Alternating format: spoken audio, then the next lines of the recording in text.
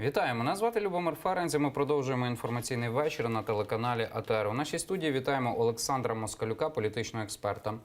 Доброго вечора, Олександре. Добрий вечір. Окрім того, що Олександр політичний експерт, він також є і юрист. І тому продовжуємо говорити про суди. В попередній студії ми говорили про суд над Віктором Януковичем, колишнім президентом України, якого звинувачують у державній зраді. А зараз ми будемо говорити про іншу людину, не менш відому в Україні. Ми будемо говорити про мера Одеси Геннадія Труханова. Сьогодні Солом'янський суд міста Києва мав розглядати клопотання спеціалізованої антикорупційної прокуратури про відсторонення Труханова від посади мера на час розслідування його можливої причетності до розкрадання коштів міста. Однак засідання перенесли на 27 лютого. Причина – в залі засідань виникли проблеми з комп'ютером і мікрофонами. Отже, минулого тижня дуже багато говорили про Геннадія Труханова, говорили про звинувачення у розкраданні чи привласненні бюджетних коштів. Мова йде про 185 мільйонів. Я просто нагадаю, кілька слів скажу. Отже, кілька років тому було продано майно збанкрутілого майнового комплексу одного підприємства за 11 мільйонів одній приватній фірмі. Згодом це майно викупила міська рада Одеси вже за 185 мільйонів. Так оцінили експерти це майно у цієї приватної компанії. І зараз йдуть суди, і сьогодні, минулого тижня Геннадія Труханова затримали в аеропорту Борисполя. Сьогодні Національне антикорупційне бюро, воно зробило таку невелику графіку, де показувало, як теоретично Геннадій Труханов впливав на розкрадання цих бюджетних коштів – 185 мільйонів. Олександре, ви бачили, так? Це, що показувало НАБУ, схема заволодіння коштами під час продажу адмінбудівель ВАТ «Краян». Можливо, бачили, так? Ну, історію на загал знаєте. Ну, загалом, так. Дуже багато йде розмов щодо звинувачень Геннадія Труханова. Дехто з журналістів каже, справді недостатньо доказів, тому що НАБУ, наприклад, каже, що Геннадій Труханов у якийсь спосіб впливав, наприклад, на експертів. Завідомо вони обговорили оцінку, ввів в оману депутатів міської ради міста Одеси. Не всі погоджуються з цими звинуваченнями. Мовляв, Геннадій Труханов справді може бути невинним, однак НАБУ чи САП не надає, що воно має на увазі, коли говорить, що ми вбачаємо, чи це телефонні дзвінки, чи відбувалися негласні слідчі дії, які справді доказали. От як ви бачите цю ситуацію? Значить, перше, те, що мене звернуло увагу, коли ви говорили, те, що НАБУ каже про те, що відбулося розкрадання. Угу. Якщо здійснювалася купівля оцього комплексу за 185 мільйонів, то це вже не може бути розкрадання, це може бути розтрата. Вже навіть на стадії кваліфікації, це начебто одна і та сама стаття, але різні... Привласнення коштів місцевого бюджету, так? Ну, це те саме. Це, розумієте, стаття та сама може бути, але тут дуже важливо все ж таки, в якій формі вчинявся злочин. Тепер питання друге. Якщо... За завищеними цінами, щодо купівлі приміщень заводу «Краян» за завищеними цінами під потреби міської влади. Можливо, я не так сформулював, так? Да, це зовсім інша стаття. Це трошки інша, трошки інша історія. Тепер безпосередньо щодо цієї ситуації.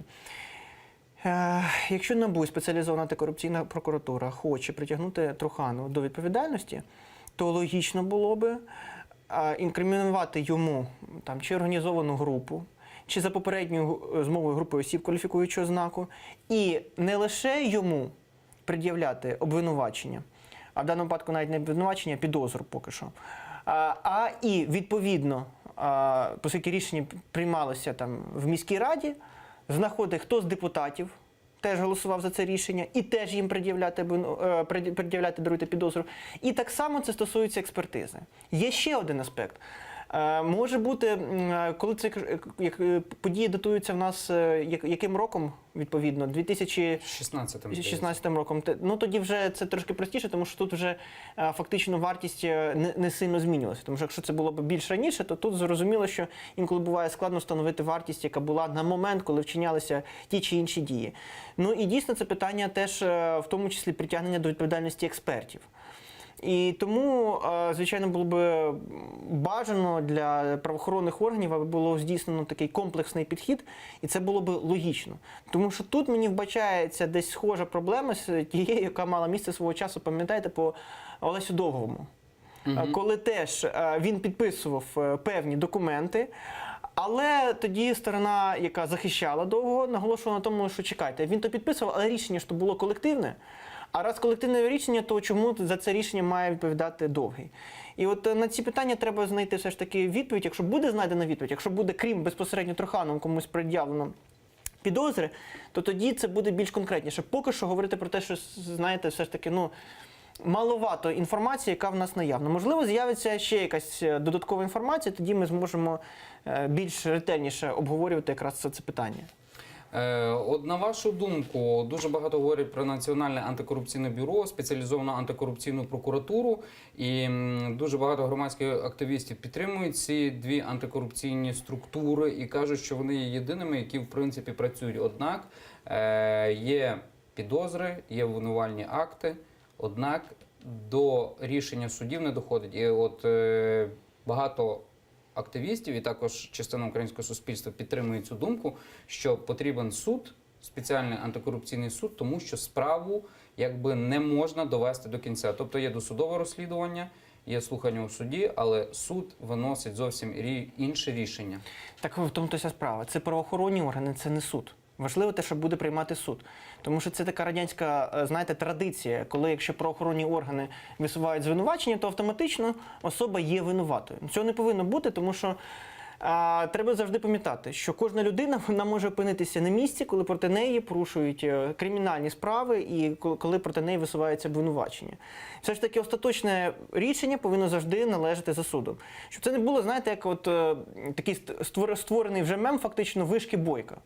Ну, можна говорити вишки Бойка, але якщо це так, то чому ви не доводите справу до якогось логічного кінця і не притягуєте до відповідальності? Тобто фактично на цьому етапі ми можемо бачити, що особа, відносно якої не доведено ніяких справ, але відносно неї вже певний сформувався такий суспільний резонанс і певний суспільний стереотип. От таких речей не повинні допускатися. Це перший момент. Другий момент. Спеціалізований антикорупційний суд не є панацеєю. Дивіться, Олександре, я хочу дещо сказати щодо вишок Бойка. Так, це було велике розслідування, здається, ще в 2012 році. Журналісти його робили, де вони доводили, що за цими всіма оборудками стоїть саме пан Бойко. Так? Про це дуже багато говорили засоби масової інформації, однак якби правоохоронні органи, вони не вели розслідування, так, і от, мовляв, зараз, типу, Генпрокуратура, вона веде розслідування, і виявляється, що це не вишки Бойка, а вже вишки Януковича. Більше того, я хочу зазначити, що зараз деякі вже тепер народні депутати, колись у той час вони говорили про те, що це вишки Бойка, зараз вони набагато змінили думку. Так, я думаю, ви знаєте, про кого я говорю. Тут варто нашим телеглядачам пояснити, що журналістське розслідування, воно може бути заявою про злочин, так? Однак, як саме по собі докази можуть використовуватися, але слідство йде зовсім по-іншому. В тому плані, що є процесуальні дії, які треба правильно оформити, потрібно зібрати доказову базу, тобто робота журналістів може бути як поштовх. Це може бути підставою для відкриття провадження, але це не може бути єдиним фактом, на підставі якого в тому чи ні... Щодо вишок Бойка, там дуже багато було доказів, що саме він. Так, зараз ця справа помінялася. Тут питання в тому, що докази, от питання саме доказів, визначається безпосередньо там судом. Тобто він може встановити, що, наприклад, певні дані не відповідають таким ознакам, як належність чи допустимість. Що стосується все ж таки антикорупційного суду, теж дуже важливий момент. Знаєте, мені доводилося і писати стосовно антикорупційного суду, і аналізувати діяльність антикорупційних судів в різних державах. Перший антикорупційний суд був створений в Філіппінах в 1979 році. Але від цього рівень корупції в цій державі він не зменшений. І фактично корупцію не вдалося подолати. І якщо ми подивимося кількість справ, які розглядаються антикорупційними судами, і скільки це повинно бути в Україні, то це 100-200 справ. Кого вони мають стосуватися? Що це за справи мали це би справи, бути? да, справи, якщо на сьогоднішній день це 100 справ, десь які розглядають суди загальної юрисдикції. Тобто, якби був створений антикорупційний суд, ці 100 справ, вони би перейшли безпосередньо до вже компетенції Вищого антикорупційного суду, і ще 100 справ, які знаходяться на сьогоднішній день в провадженні спеціалізованої антикорупційної прокуратури, і якби був створений, то вже спеціалізований антикорупційний суд, він би ці справи розглядав би в 2018 році. Другий момент, все ж таки, вину встановлює виключно суд. І тут незалежно від того, чи створюється якась спеціалізована інстанція, чи не створюється спеціалізована інстанція судова, не треба зменшувати власне провини самих цих от правоохоронних органів. Тому що якщо ми подивимося досвід Румунії, то там спеціалізованого антикорупційного суду не було створено. Ну, але ж ми говоримо, завжди посилаємося на Румунію як на взірець для боротьби з корупцією. Правда, тут я вам хочу сказати два аргументи на захист якраз от новостворених органів. Перший аргумент. Мені доводилося аналізувати кількість часу, яка була необхідна для того, аби ці спеціалізовані антикорупційні органи почали притягувати до відповідальності через суди все ж таки високопосадовців. Так от, це 4-5 років після моменту їх створення. Тобто достатньо показовий момент, да, що так зразу їх теж неможливо притягувати високопосадовців. І є ще другий один важливий аспект, ну такий, умовно кажучи, побутового характеру. Мені доводилося спілкуватися з багатьма людьми, які раніше працювали в правоохоронній системі. І от на одній з таких зустрічей в неформальному плані, да, от я запитав, а от якби ви поверталися в правоохоронні органи, де б ви погодилися працювати? І мені сказали, що єдине місце, в якому я працював би, це або спеціалізована антикорупційна прокуратура, або НАБУ. Це для мене, знаєте, був такий певний маркер, що не дивлячись на всі недоліки діяльності цих органів, а їх дуже багато, їх багато в силу різних обставин. І те, що досить часто є непрофесійність, є те, що збор доказів відбувається поза межами, те, що ми з вами говорили, належності і допустимості доказів. Це дуже велика проблема. Але попри ці всі обставини, все ж таки ці органи користуються довірою, в тому числі дійсно там порядних людей із правоохоронних органів, які свого часу пішли, ну, в силу того, що вони не погоджувалися з діяльністю якраз в тому числі цих от правоохоронних органів. Ну і ще один теж аспект, який мені видається, ну, про який теж треба говорити, це, знаєте, питання не лише того, чи повинен створений бути антикорупційний суд. Якщо ефективна система притягнення суддів до відповідальності через Вищу кваліфікаційну комісію суддів, то тоді і Вищого антикорупційного суду немає необхідності, щоб він був. Ну, тобто, розумієте, в нас просто тривалий час існувала система, коли існувала Вища рада юстиції тоді ще, і вона була таким от напівмертвим фактично органом. Ну, а на вашу думку, Вища рада правосуддя, вона зараз добре працює? Ви знаєте, я не можу сказати, що вона працює блискуче. Я чому запитую? Да, я не можу сказати, що вона працює блискуче, і тут є така проблема глобальна. Я все ж хотів би на ній зупинитися, якщо є в нас буквально 2 хвилини. Ні, тому що це має принципове значення. Вища рада правосуддя складається з 21 особи. 10 осіб призначають зі суддів, зі складу діючих суддів або колишніх. Ще один суддя, це голова Верховного суду, ходить за посадою. Тобто 11 суддів з 21. 11 членів Вищої ради правосуддя з 21 – це ті, які призначаються власне самою судовою системою. І тут, по суті, виникає питання, а чи немає конфлікту інтересу між тими особами, які призначаються самою судовою ланкою, судовою системою, і коли потім виникає питання про притягнення суддів до відповідальності. Але тут ми, знаєте, зіткуємося ще з іншим аспектом.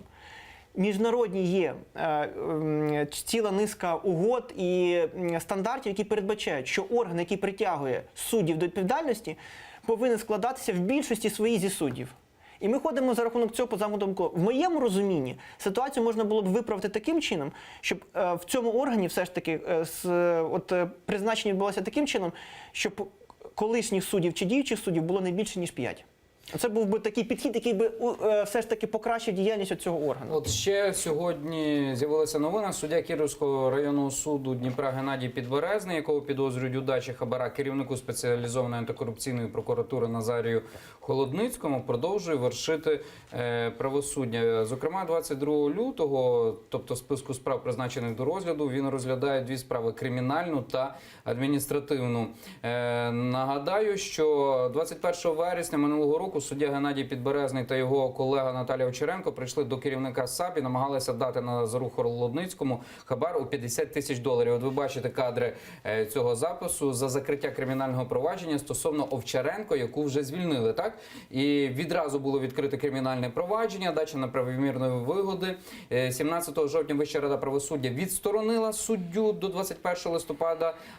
Згодом продовжила відсторонення до 16 січня 2018 року. Як пояснила Вища рада правосуддя, чому суддя Підберезний далі так є служителем Феміди і вершить правосуддя, так? Сказала, що не прийшло відповідного подання від Генеральної прокуратури. Сама по собі Вища рада правосуддя не може відсторонити суддю. Потрібна спеціальна якась підстава. Ну, безумовно, повинна бути підстава. Але розумієте, але от через такі речі, коли суспільство чує, так, суддя, який пропонував хабар, він далі продовжує. Так в тому те питання, що не можна все звалювати виключно на судову систему, да, і на Вищу раду правосуддя. Більше того, я вам хочу сказати, в минулому році, це був травень місяць, і я пам'ятаю, коли Вища рада правосуддя дала негативний висновок стосовно законопроекту про антикорупційний суд. І всі зразу, ніхто не читав законопроект, всі зразу в цьому побачили, що Вища рада правосуддя зацікавлена в тому, що не був створений антикорупційний суд. Але якщо прочитати ті зауваження, які давала Вища рада правосуддя, то там цілком очевидно, що в принципі рішення от Вищої ради правосуддя, воно було там цілком мотивоване. Більше того, тут я хотів би, щоб коли ми оцінюємо діяльність, в тому числі там Вищої ради правосуддя чи іншого теж не менш важливого органу, про який завжди забувають у нас чомусь, це Вища кваліфікаційна дисциплінарна комісія прокурорів, треба читати все ж таки документи, які вони приймають, і вже на підставі цих документів... А от, якщо чесно, оця комісія, вона є новостворена, так? Ви маєте на увазі Вища кваліфікаційна... Комісія прокурорів, да. Так? Тобто, іншими словами, це дисциплінарна комісія, так? Яка створена після того, як було прийнято закон про прокуратуру, здається. Да, так? Вона довго створювалася. Довго створювалася, а от я шукав, чим займається реально ця вища, тобто ця комісія дисциплінарна з прокурорів, я нічого не міг знайти. Чому? Одна з причин. Вона реально почала працювати з 1 вересня 2017 року. Розглядають вони все ж таки дисциплінарні провадження. Є проблеми пов'язані, ну наскільки мені відомо, наскільки я все ж таки вивчав це питання, з апаратом, тому що там апарат ще до кінця не сформований. Але що мені подобається, і це якби є свідченням позитивних тенденцій, те, що раніше ситуація була яка?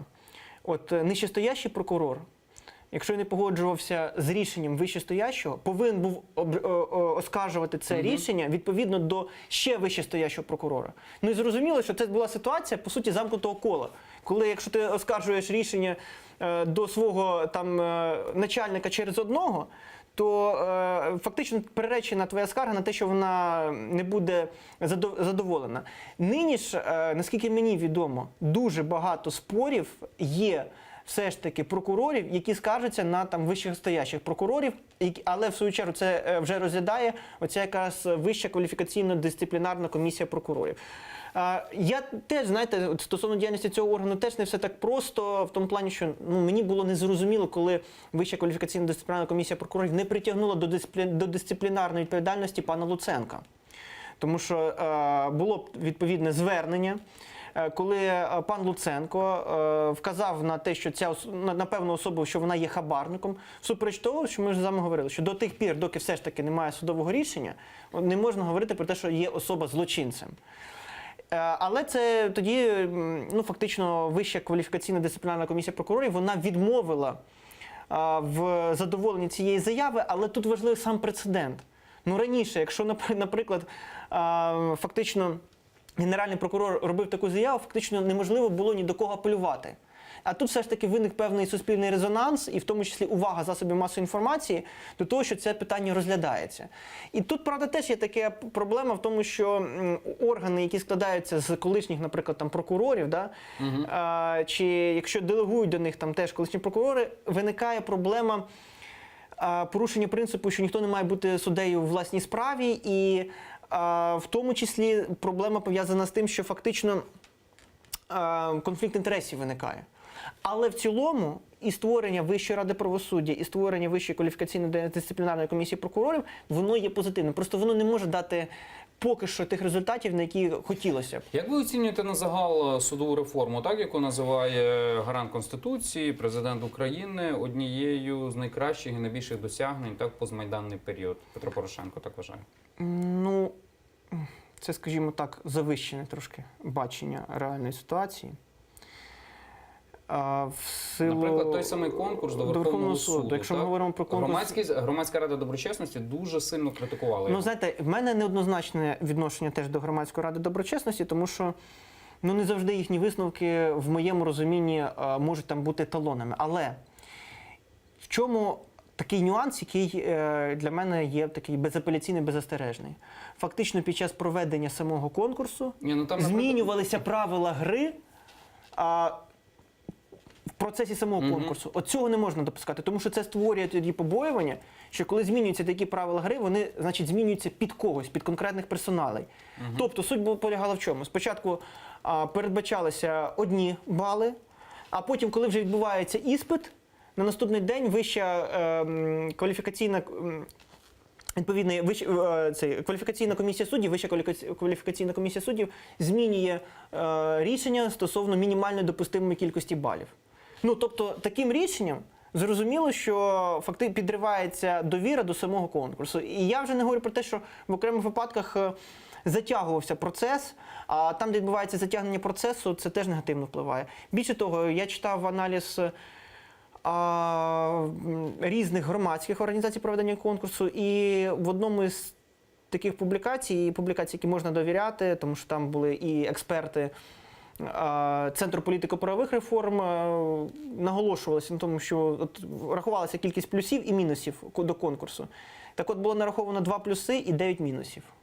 Ну, все ж таки, от цифри достатньо показові. Але, попри це все ж таки до Верховного суду прийшло багато дійсно кваліфікованих таких от людей.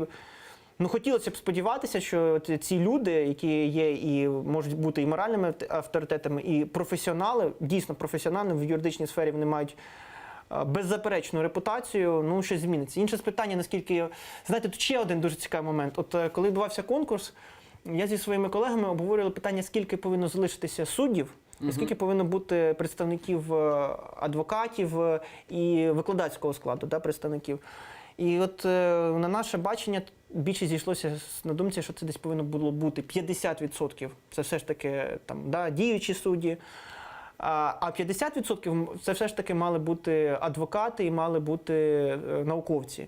Але, як показав конкурс до Верховного суду, 80% знову ж таки від... Колишні судді, так? Да. Колишні, нинішні судді. І от ці показники, ну, вони все ж таки наводять на те, що конкурс не є таким ідеальним, навіть близько не є таким ідеальним, як наголошує президент. І так само, до речі, це питання реорганізації суддів.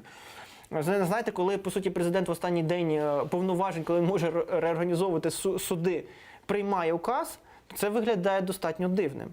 І я до сьогоднішнього дня не можу зрозуміти логіку, да, коли, наприклад, відбувається об'єднання Печерського суду і Голосіївського, а натомість Дарницький суд залишається. Наприкінці року, здається. Да, фактично в останні дні, коли він мав на це право. А натомість Дарницький суд залишається. Ну, тобто, якщо подивитися на населення, на кількість населення одного району, іншого, і на кількість населення Дарницького суду, то тоді це якось нелогічно виникає.